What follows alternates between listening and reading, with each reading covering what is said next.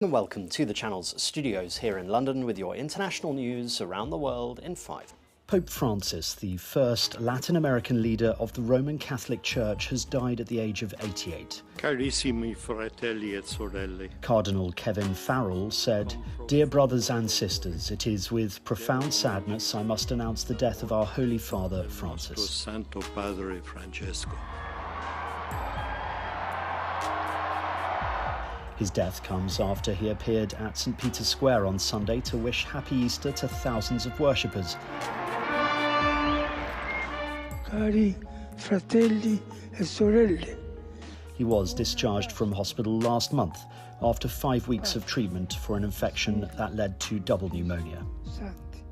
Pope Francis was born Jorge Mario Bergoglio in Argentina. In his early life, he worked as a nightclub bouncer and floor sweeper before graduating as a chemist.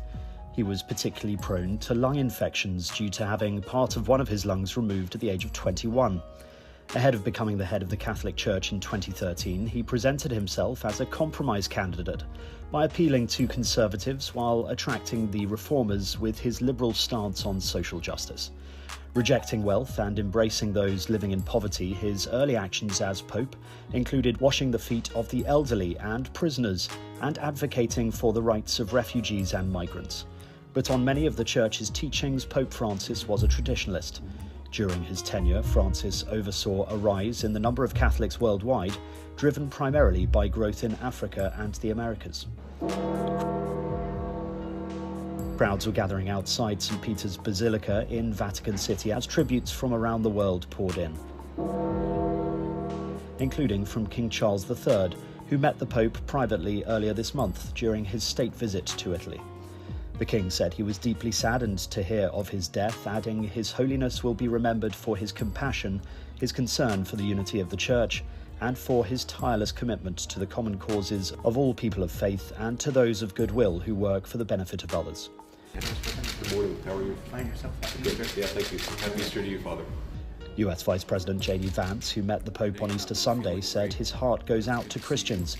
"I was happy to see him yesterday, though he was obviously very ill," he said.